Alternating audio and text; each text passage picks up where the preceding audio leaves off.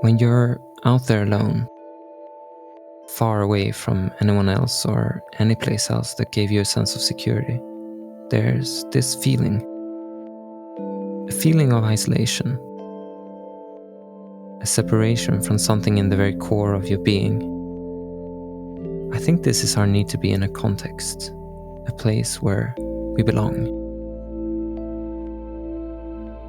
I had left comfort behind me and stepped out into a new realm.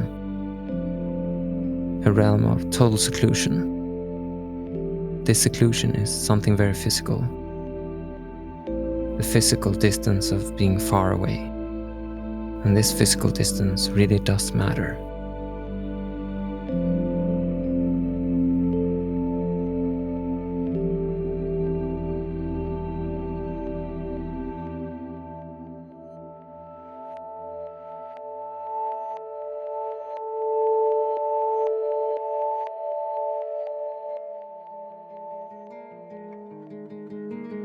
To recap what has happened, I started out at the Surva Dam northeast of Sarek and made my way towards the middle of the park.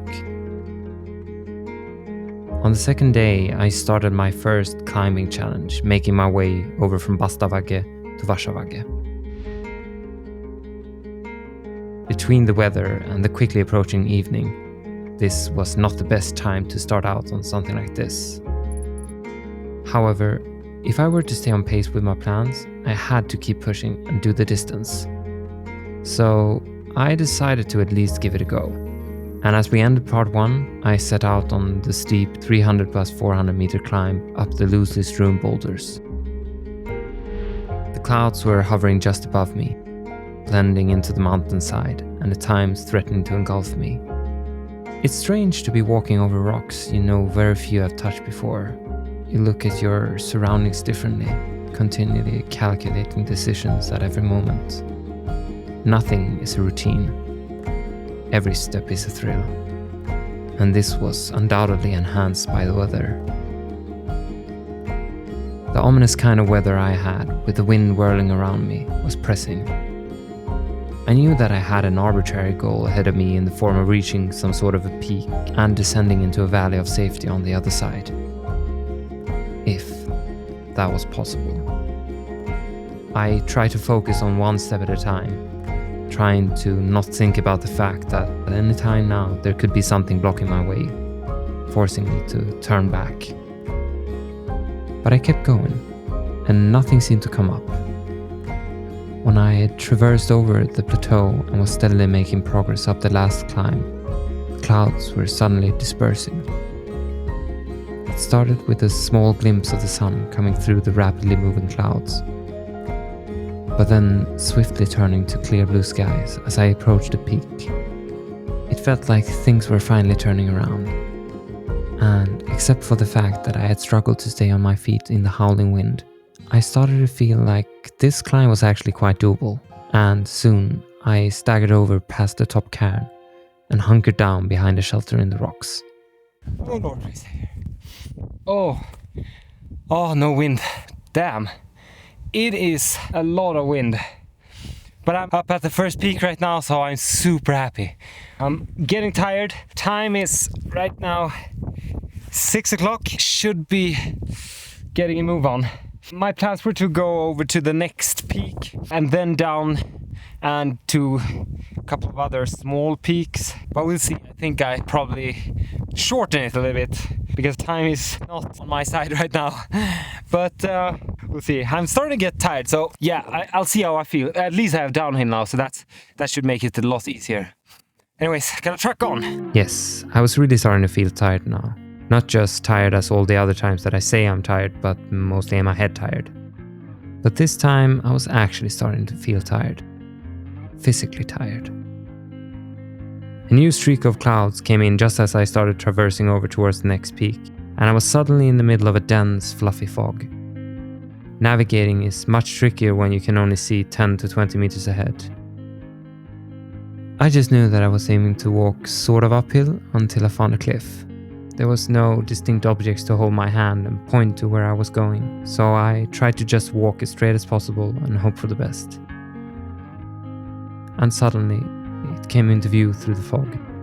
The small pile of rocks marking the 1,735 meters of elevation that the peak of Varshabakti is at. I punched the air as I realized I was at my highest point of the day and peeked over the edge of the cliff, admiring what could be seen through the fog.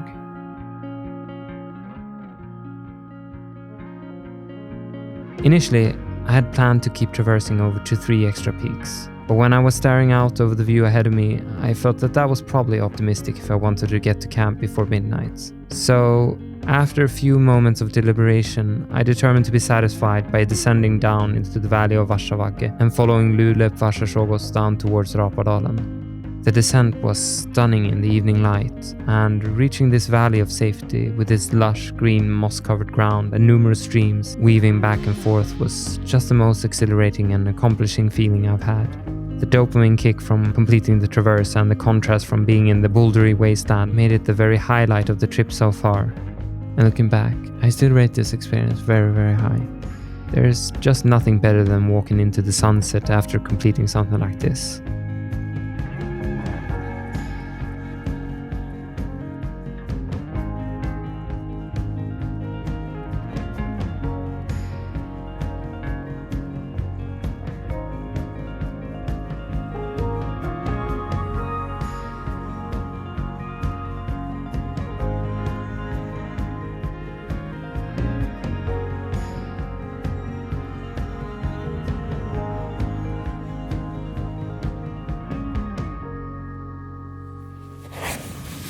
Alright, I'm in my tent now, cozied down into my quilt, and I'm gonna crash pretty soon, I think.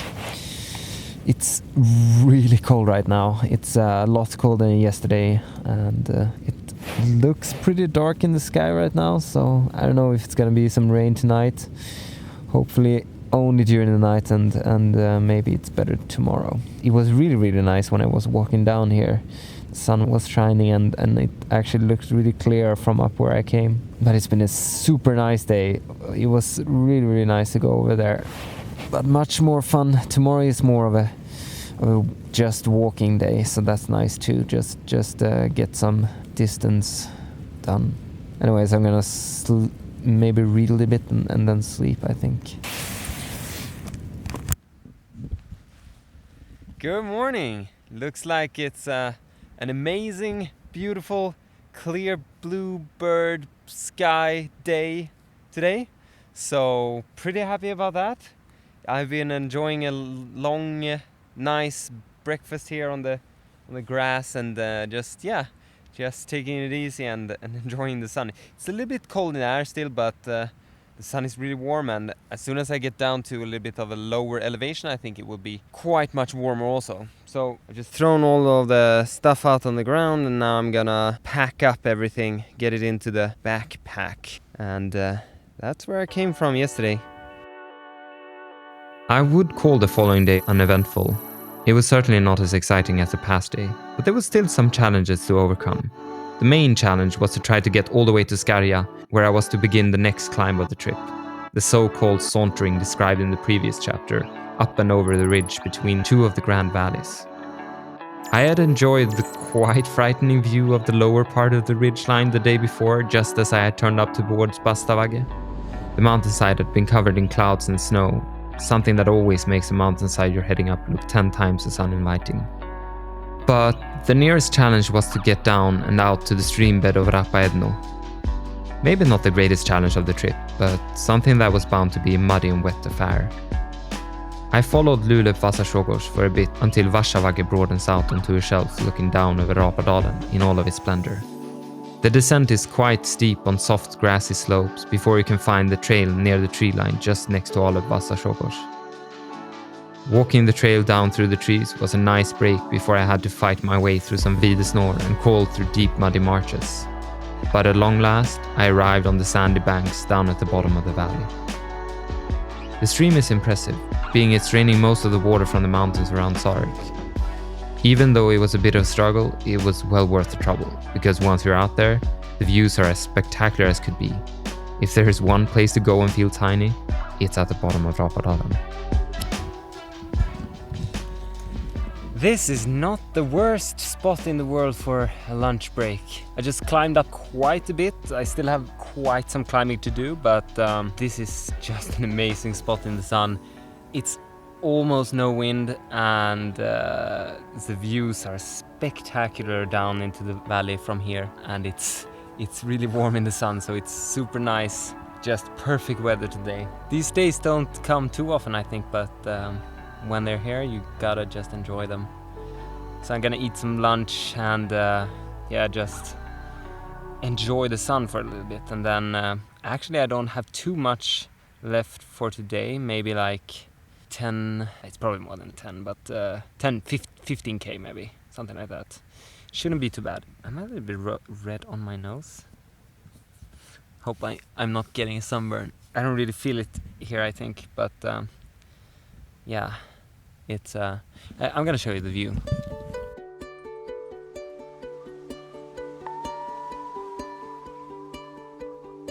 This was very much an in-between day, and it was nice just to focus on pushing the case, doing the distance.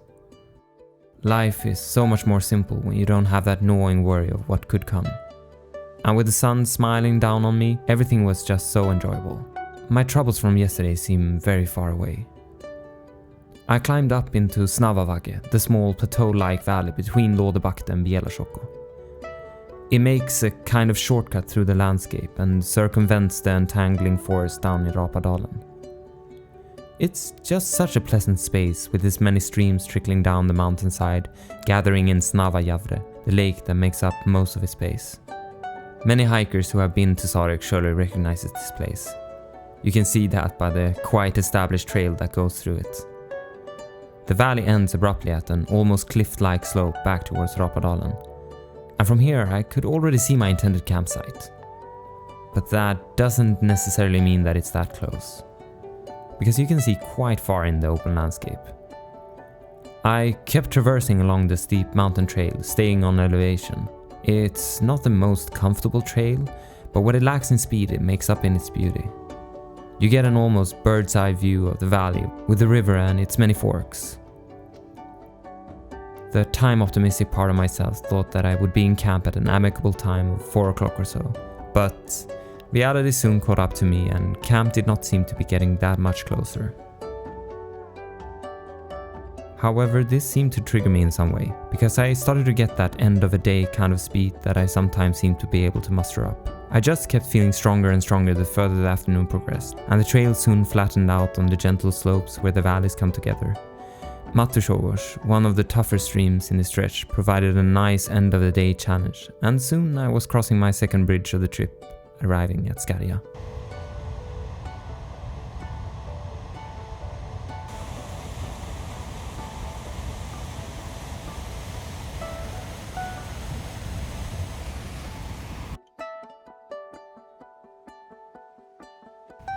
So my dinner is tortilla with some couscous and chandeliers.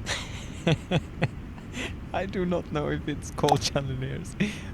Mushrooms and some walnuts and salami and then some Tabasco to top it off. The couscous is a little bit tasteless. I should have brought some salt or some broth or something to spice it up a little bit, because it's quite dull, but it's okay. The salami makes it a lot better. It's a lot of mosquitoes, but I have a grand view today. Shaping up to be another great evening.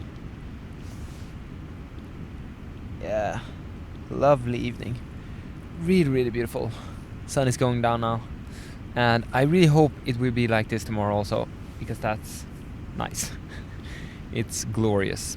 Alright, I'm gonna finish my dinner and then I'm gonna get into my tent and away from all these mosquitoes.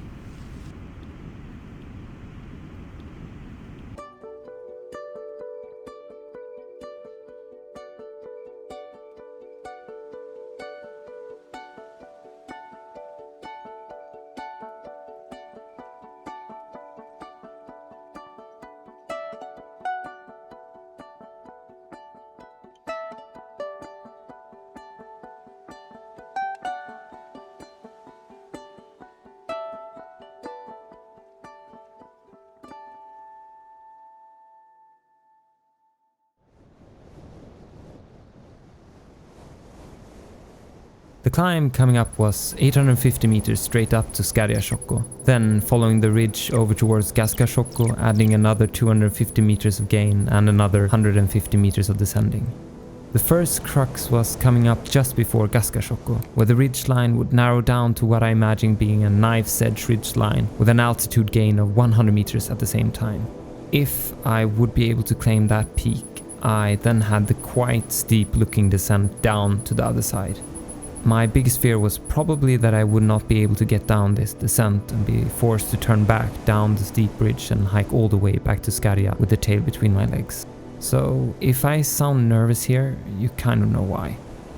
Okay, so I'm all packed up now and it's again a beautiful sunny day. I'm gonna try to go over this thing. A little bit nervous, but we'll see. I'll just test it and see if it's possible. Otherwise, I'll find a way down or head back here. Should be not too bad. So I started down there in the cabin and I'm up the first little climb. Still clear blue skies, and now the first steep part comes. I don't know if you can see the steepness of this, but it's quite steep, so I don't know. I think I will be going around a bit to the left over there and then above the snow and find a way up there, I think. So yeah, I'm a little bit worried about the downhill after, and also the ridge over to the last peak. But we'll see. That's a later problem. It's actually not too bad. I had to put away my trekking poles for a minute because I need to use my hands a little bit. But first part was a little bit steep. I went straight up over the snow, and that wasn't too bad. But I had to kick some steps in, make sure. Oh, mosquitoes also here. So yeah, just a little bit up, or maybe like halfway up more, and then I'll be over this first steep part, and then just a little bit more to the last steep part, and then it should be flatter. Okay, so here's the second steep part. It looks pretty steep to me, but maybe it gets better when I get closer. I'm not sure where to go over this one. It looks like a straight out cliff from here, but I guess it will get a little bit easier when I get closer, hopefully. We'll see. These two steepish parts really made me worried, because I had not really expected to encounter anything remotely steep this early on. And if I had overlooked this on the map, what had I also overlooked later? But the nervousness I was feeling was somewhat lightened by the surroundings I was met by. Panoramic views of Rutes, Skoper and Algavagge on the beautiful bluebird skies. They just got better the higher I climbed. The weather was maybe not the best for cinematic lighting, and the washed out footage I provide you with here is not even near doing the experience justice, but it was certainly a perfect day for climbing some nice peaks. Over the second steep part, it wasn't too bad when I finally arrived there, and there's one person ahead of me. I don't know if you can see him, he's just after the snow there, and now it's easier for a while. It's just gonna go more gently up hills. Well, gentle, I don't know, but easier than it's been now, less steep. So we'll see. I have a lot of walking now, quite a distance. I've only made a really short distance up here, but a big climb. So that's good.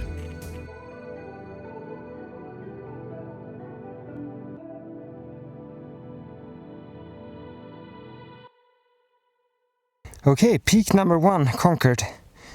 It was a real slug up here.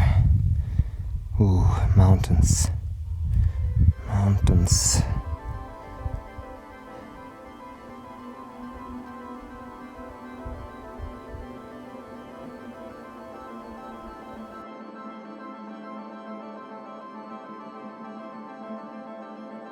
I progressed up and along the ridge, spotting some reindeer cooling off on the glacier beneath me, enjoying the view as much as the other guy, I presume. There was no wind to speak of at all, and the ridgeline was gentle and broad. The bouldery surroundings were not at all the uninviting wasteland from yesterday, but rather a nice cobblestone street in some Italian village. How the weather can change your experience. I passed the second and third peaks, and when I arrived at the fourth, I could get a good view of the bridge that was, well, Maybe not as bad as I described it before, but still, it had its steeper section. Okay, so the ridgeline is just there, and it does look quite steep in the end there, so that does worry me a little bit. I think I'm gonna try and see how the ridgeline feels. It's especially towards the end there, it looks really steep.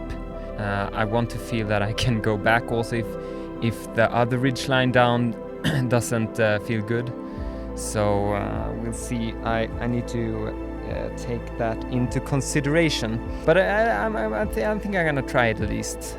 But yeah, I'm on the highest peak right now, 1800 meters, looking down into the beauties of Sarek. This is a grand view, and it couldn't be a better day for this. It's amazing that I got this day actually. And yeah, just gonna go try this thing, I think. It actually doesn't look too bad from where I'm standing now, so I think this should definitely be doable. From here it definitely doesn't look as steep as from far away, so I think it should be fine.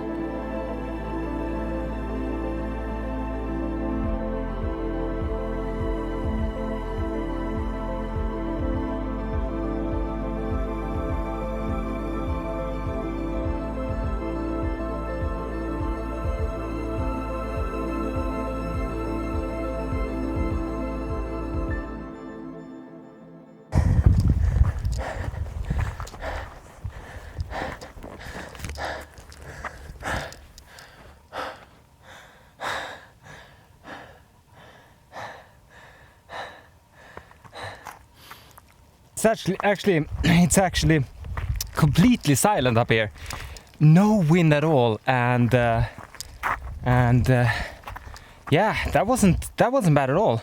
It was getting a little bit steep in the end, but no problem really. It felt totally doable, totally fine. So now I'm just gonna follow the ridgeline down, and hopefully that isn't too steep. I think the last part on the map looked like it could be a little bit steep, so it would suck if I have to turn around there, but I don't think so. I think it should be, from my map studying, it looks doable, so we'll see. And so far it's been good, and this was actually the one I was most worried about, so yeah, feel good about it. Completing this one big test really made it all seem so much more possible, and I was no longer really worried about the way down. It's funny how much of it's in your head sometimes. When I look back at this now, it all seems so easygoing. But at the moment I had so many doubts going into it. I know it's a cliche, but getting out of your comfort zone really does do wonders. But before I got to the bottom, I actually did get my share of steep cliffs. Alright, I think I'm like halfway down, and it's not been too bad. It's been a little bit steep, but not super bad. I think the steepest part is about to come just right down there, but I feel pretty confident that I will be able to get down here. It's not been any trouble at all, so yeah. So I'm really close to the ground now, but here it's like a cliff here. But I think that I can go over towards the right, and then it looks, I don't think you can see it from here, but it goes down a little bit more gently on that side. I think there's like a half path down there. So I think that should be fine. I really hope that, because otherwise I don't want to go up again and then around all that and then down the other way. No. Let's see what we got here.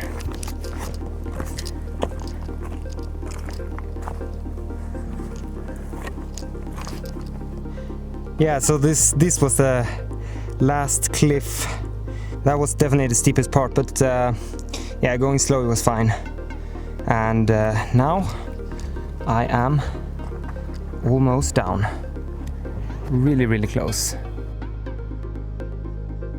Looking back up, I was relieved that it was over, and for the first time I could focus on what was still ahead of me. I had only covered a third of the distance I had planned for the day, and there was still plenty of climbing and off-trail terrain to cross on my way to Goppervagge. It was already 2 o'clock, and calculating the distance 2 hours of hiking, I realized it would yet again be a late evening. But before this, I sat down for some well-earned cheese and salami tortilla to recharge and refocus. The glacier laid out before me, a solid mass of ice melting away into the moraine where I had planted myself. It was an impressive sight, not an easy lunch break to end. But I had to do it, and I continued along the slopes, traversing and soon climbing up towards the next valley. This valley, which to my knowledge is unnamed, was absolutely gorgeous, with so much water, green grass, moss and fjällull growing. It was walled off with quite dramatic looking sides, encircling and providing it with a sense of calm. It somehow felt removed from the rest of its environment, an oasis I didn't expect.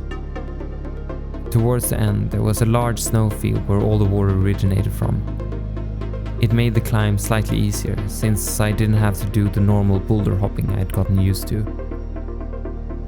By now, climbing didn't feel that bad either, and near the top I gave a wave to some reindeers enjoying their day.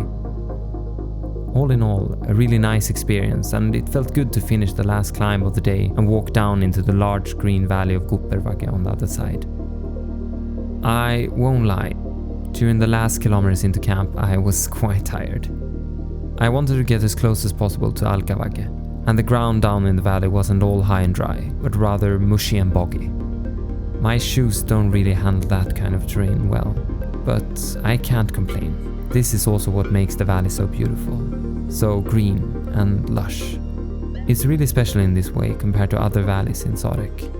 On the map, I counted 30 or so streams coming down the northern slopes of the valley, and for every stream that was marked on the map, there are probably like 3 more that are unmarked. So there's a lot of water here, and with the approaching sunset, I was yet again nonplussed by the beauty of this place. Every valley just seems to be a new experience.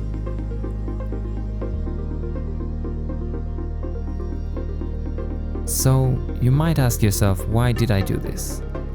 I mean, I could have just left the tent in Skarja and walked around with a very light pack, only bringing what I needed for the day.